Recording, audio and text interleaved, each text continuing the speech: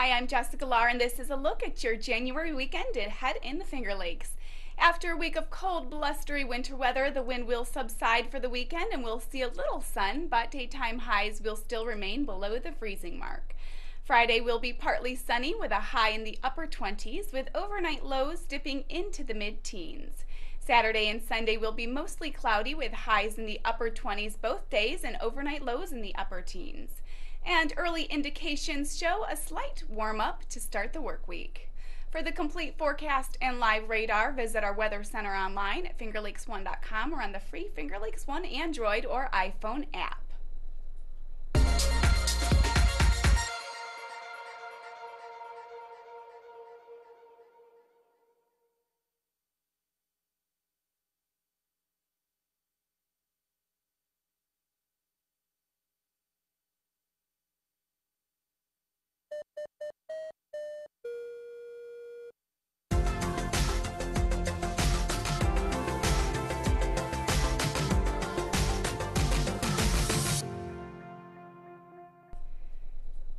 Even in January, the Finger Lakes is a beautiful place to live and offers a wide variety of great photo opportunities.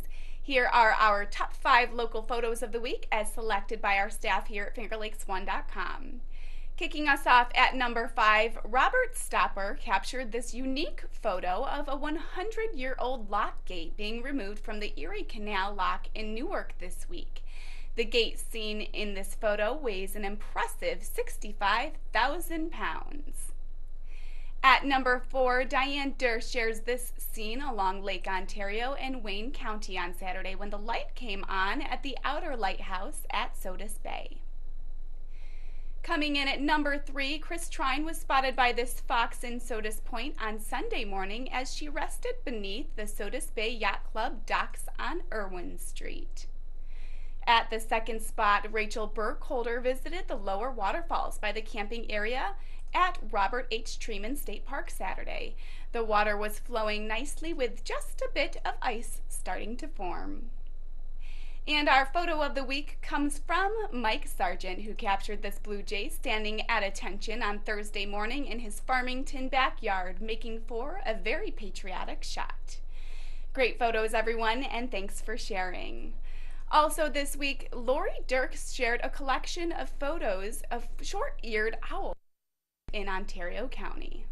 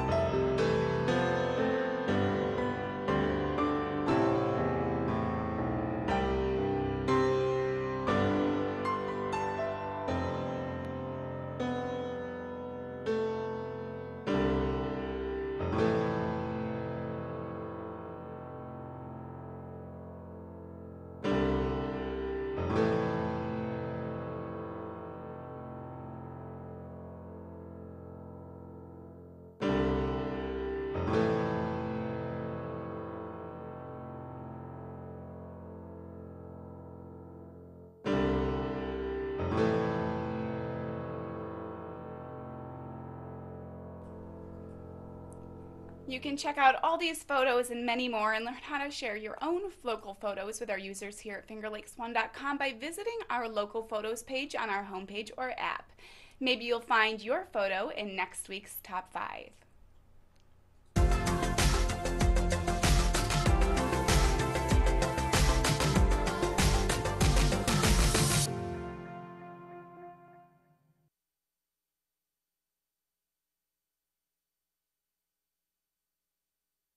So many sights to see on the internet, but for everything local, there's one place you can get it.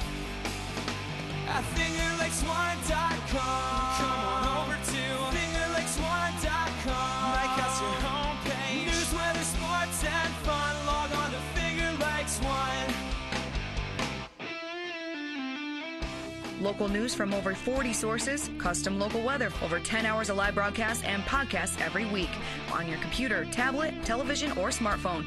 24 hours a day, 365 days a year. www.fingerlakes1.com. Come on and join the fun. Log on to Finger Lakes One.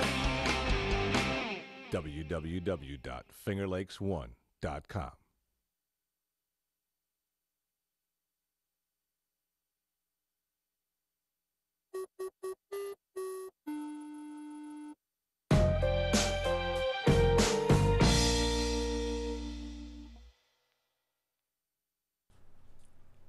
Even though we're in the heart of January, there's still plenty to do around the region as we present our top 5 Finger Lakes weekend event options. Kicking things off at number 5, Latin cuisine is full of flavor and freshness. On Saturday, the New York Wine and Culinary Center in Canandaigua is offering a class where you will learn how to create Latin-inspired dishes using the finest New York State ingredients. After a short lecture from the center's chef instructor, you and a partner will prepare one of 4 unique dishes that will then be shared with everyone at your cooking island. Share the food, share the fun. The cost is $60 per person, and you can call 585-394-7070 for reservations. Next at number 4, J.D. Wine Cellars in Macedon welcomes the new year with their 6th annual chili tasting and wine pairing event. The chili tasting will be held on Saturday and Sunday from 12 to 5 and will feature 2 homemade chili dishes expertly paired with J.D. Wine Cellar wines or non-alcoholic juices. Guests can select an additional 3 wines to sample while visiting the tasting room. Tickets for this event are $10 per person. For more information, call 315-986-4202 or visit www.jdwinecellars.com. Coming in at number 3, climate change has been a concern for many years now, but the attention to it is picking up speed. Award-winning journalist and author Naomi Klein will share her thoughts during her discussion, Capitalism versus the Climate, Reflections on the 2015 Unclimate Change Conference at Finger Lakes Community College Auditorium in Canandaigua on Sunday afternoon. For more information, call 585-393-0281. At number 2, Glonora Wine Cellars retail team and the talented chefs at the Voraisons restaurant once again present the very popular wine and food pairing series Feast and Fest. These events provide a fun afternoon of delicious food, award-winning wine, and great entertainment.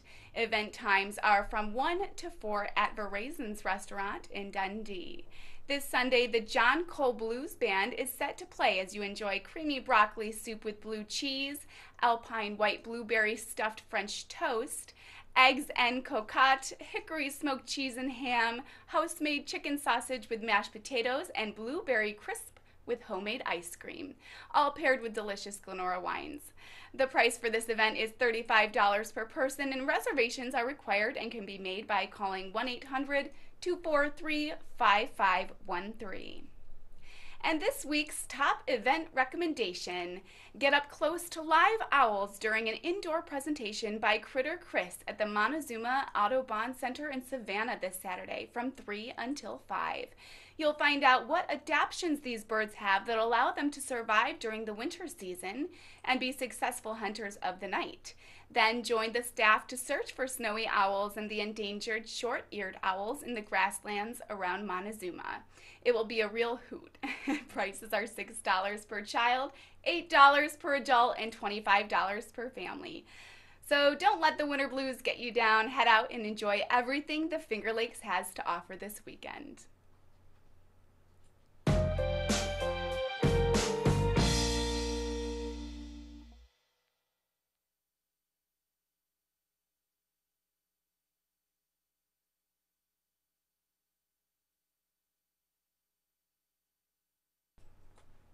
On a special Friday morning edition of Weber this week, the top 2 Lago resort and casino developers, Tom Wilmot and Brent Brent Stevens, were in studio for an exclusive interview on the morning of the groundbreaking ceremony at the future site of the new casino in Tyre. Welcome back, everybody. It's the dog in the kennel on a good old Friday. It's good to have you alongside. We've enjoyed our discussion so far with Tom Wilmot Sr. and Brent Stevens, of course, the obviously co-chairman of the upcoming beautiful Lago Resort and Casino. It's good to have them take time out of their schedule. They're in town for the signing of the beam. That'll take place this afternoon at 2 o'clock. I'll be out there along with Jimmy and Josh Durso. We'll be out there in force checking it out, and I'm looking forward to seeing what's there. I went by it. I want to just get inside and see what it looks like. Tom, a lot of people are going to be employed at the Lago Resort and Casino. Talk about the employment opportunities and where we're at right now. Well, it's really two parts. With the gear up of the construction, as you'll see over the next 90 days, hundreds of tradesmen will be arriving on the site. So we'll probably peak at almost 1,800. That's phenomenal, yeah. Yeah, so there'll be a lot of people out there, and I think hopefully the 6,000 members of the building trades here in the Finger Lakes, hopefully they'll all be working during the next year as Lago's construction accelerates.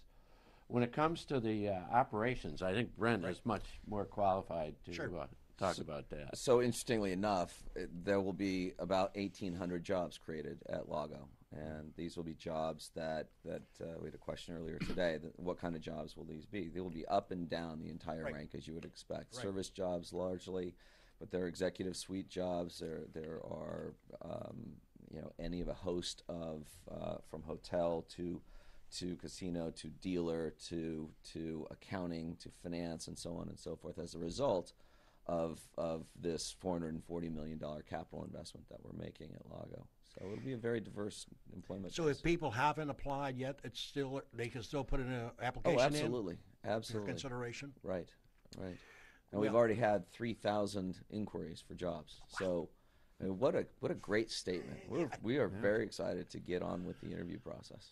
Well, I think it's going to be so neat to see it come to fruition. From something that we just saw virtual tour video to actually, there it is. It's going to be quite the sight, and I know you both are excited along with your teams.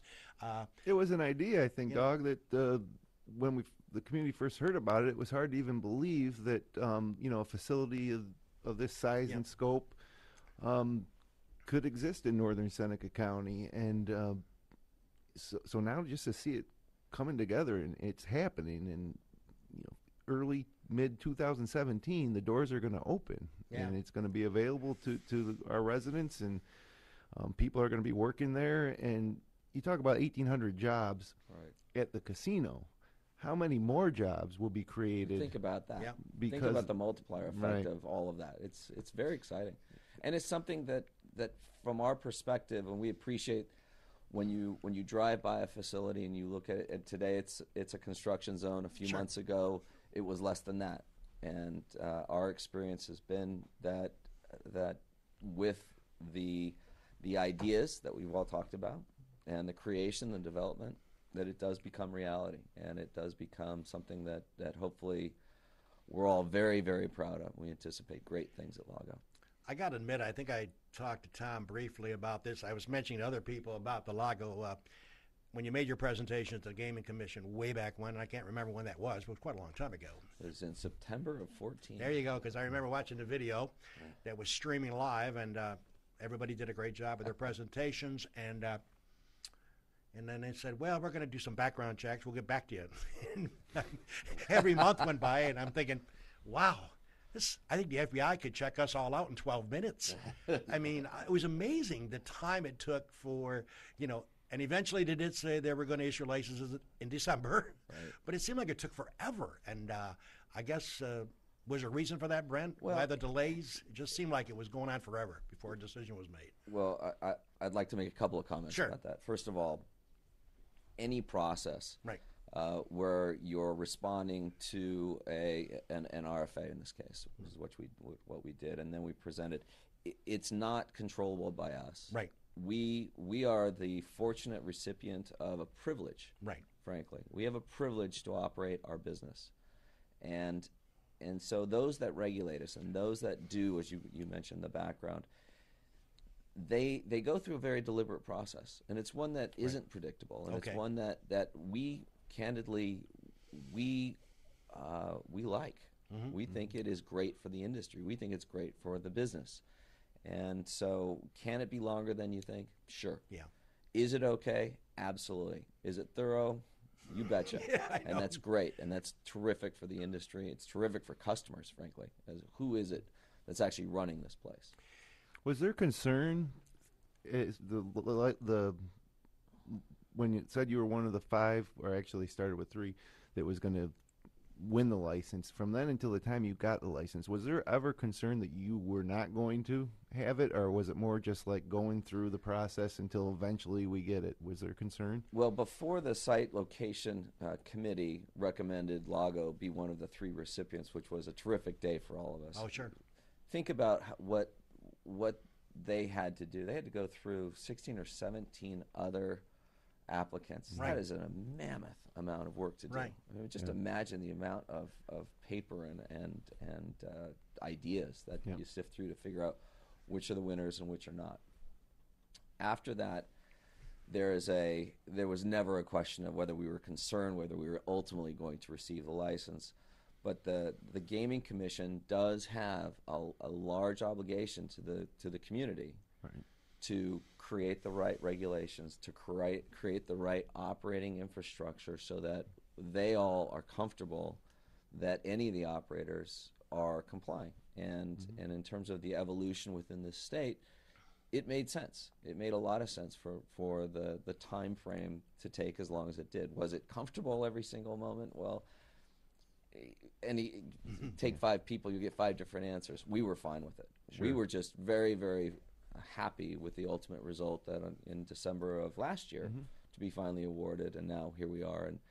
And so what came out of that? Well, what came out of that year of waiting and allowing the Gaming Commission to do the work they needed to do to ultimately issue the licenses was we were able to do all of our architectural drawings, all of the work that we needed to do to address the needs of employees, all of the work that was necessary to comply with MWBE standards and to ensure that we're doing the right thing and delivering the promise that we have to this community and to this business.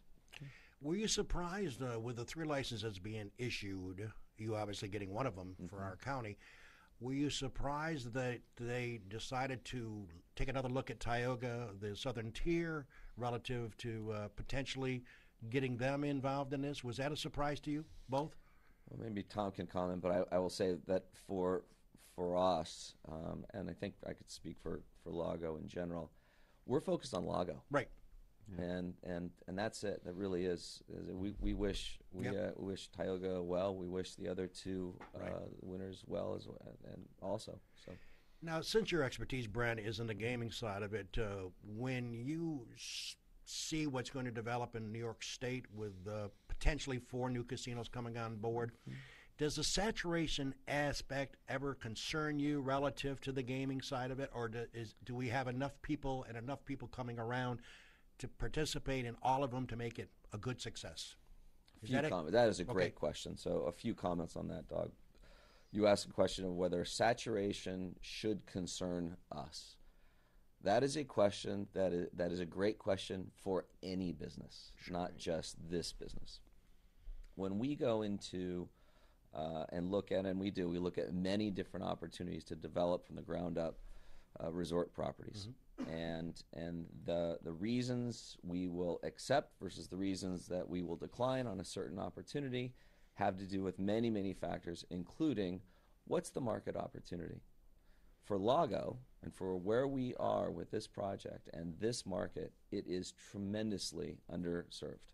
There is a great opportunity to serve this region with the kind of product that we're bringing in the form of Lago. So are we... in our industry, do we look at supply? Sure. Of course we look at supply. Where we think we have proven time and time again that we're pretty good at is to understand where the markets are that are yet to be served properly, and then to address those needs, go in and listen to those communities and build something that fits their needs and fits our needs as well. That's Lago. Very good. And I don't know. I think personally I'm excited to be a part of the media relative to seeing this thing unfold and progress and progress. And I got to share a quick story, Tom. I just want you to know that I got it from an anonymous employee of yours, so I will not mention their name. I was impressed in trying to prepare for this program and this special show that this person told me that you and your family believe in promoting within when possible and in your corporation. And I understand that there was an individual who wanted to get advanced some time ago, and he came to your office and you indicated to him that he would have to get a degree, which he went and got, and then I find out from this source that he's now the director of human resources for you, and that's a pretty neat story. I hope it's true because I'm throwing it out there. You help people inside of your corporation. You want to move within, if at all possible, correct? And Yeah, help those folks. Absolutely. It's the best thing for morale throughout the company. And we do encourage people, and we support if they decide to continue their education. Exactly. So I think it works for everybody. That's right, and I felt that story. It was good to me because I think, that's what I like, instead of going outside and bringing people in, give those people inside the corporation an opportunity. And I think, Brent, you talked about the employees at Lago. I think that's the same. If they come in as a particular position and advance to somewhere else, that's fine too. That is one of the essential ingredients that made our partnership with Tom and his organization work. We share so many philosophies that are identical. Let me tell you a story about promoting from within. So when I started in this industry back in the late 1990s, we started with one very modest operation in eastern Iowa. And I'll tell you a story about an employee there that was an accounting clerk, and she very much wanted to move up in the ranks. So that was 1999, and today this person, who's I will leave as anonymous, but she knows who she is. She now runs one of the properties that we built. She's the general manager. Wow. So imagine the opportunity that was given to that person as an accounting clerk, and now she runs 15 years later one of the preeminent facilities that exists for now Boyd Gaming Corporation, who bought those 5 properties from us. She has been a great example of organic growth, training people properly, giving them opportunity to succeed, and then supplying every bit of opportunity along the way. It's fantastic. Well, Tom Wilmot Sr. and Brent Stevens have been kind enough to spend almost 45 minutes with us this morning, and we're looking forward to seeing you this afternoon out at the signing of the beam, Tom, and Brent. Looking forward to having us all out there to see what's going on. Great. Thank you. One final thing, guys. If you could say one thing to the residents of the Finger Lakes and the future patrons about Lago Casino, one parting shot, what would it be? Not to put you on the spot, but well, I think we're going to do our very best to give you the best possible experience. We want every guest that comes to Lago to enjoy their stay, and we're going to do everything we can to make that happen. And I know Brent has a great training program. The staff there is going to be extremely well trained and going to be extremely friendly and courteous. That's great. So I'm certainly looking forward to that day we open and we can welcome the people of Finger Lakes in the door. Absolutely. Thank you. Yeah, Thank you. And before we On sign this off, week's Kenny's Two Pennies, Kenny Haas talks about a new upscale dog kennel opening up in Seneca Falls. I'm going to go from talking to the NFL to talking about a new thing that's opening up in the next couple of weeks around here. Seems as though over on Garden Street, it's a new canine resort. Yes, Phoebe's Canine Resort opens in a couple of weeks over on Garden Street. Well, I'm kind of wondering. It's no longer the kennels type there. If you want to house your dog when you go away on vacation, house your dog and cat. It's not those simple things anymore. Heck, we got to have resorts. Guess what this has? Heated floors, patios, You have artificial grass. You have cat condos. You have treats, doggy daycare, all the fixins'. Oh, boy. You know, I know that pets have pretty much become other members of the family. Yeah, I can appreciate that. Everybody likes the companionship that a dog and a cat has. But I mean, look how sophisticated it's become to house dogs and cats. Hell, they gotta have all these amenities. And of course, doggy grooming. You ever seen anybody give a doggy pedicure? Did anybody ever tell you you had pretty paws? And of course, you know, for cats, having cat condos and all of these, that's just perfect. And is there any trays of lasagna around, especially for a cat named Garfield? Heck, there's things like pet cemeteries, like the one that used to be on Turnpike Road over in Auburn. Well, it'd be interesting to go read on a headstone, "Here lies Rover. He died barking up the wrong tree." Well, to each his own. It's become a new business, and you know what? The Chamber of Commerce endorses this canine resort, you know. We need more business. Well, why not a canine resort? Oh, well, I hope nobody's barking up the wrong tree or is nobody's, you know, hissing about it. Well, we go from that to talking about Walmart. Apparently their big expansion years ago have cost them. Looks like 250 stores have decided to close. Thankfully, none of them around here. But I mean, I'll tell you something.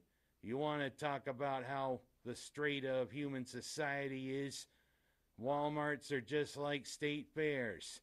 If you ever feel down about yourself, just go to a Walmart and just look around. You see people that could be their own dad and wearing stuff I wouldn't pick out of a dog manure pile, if you know what I mean.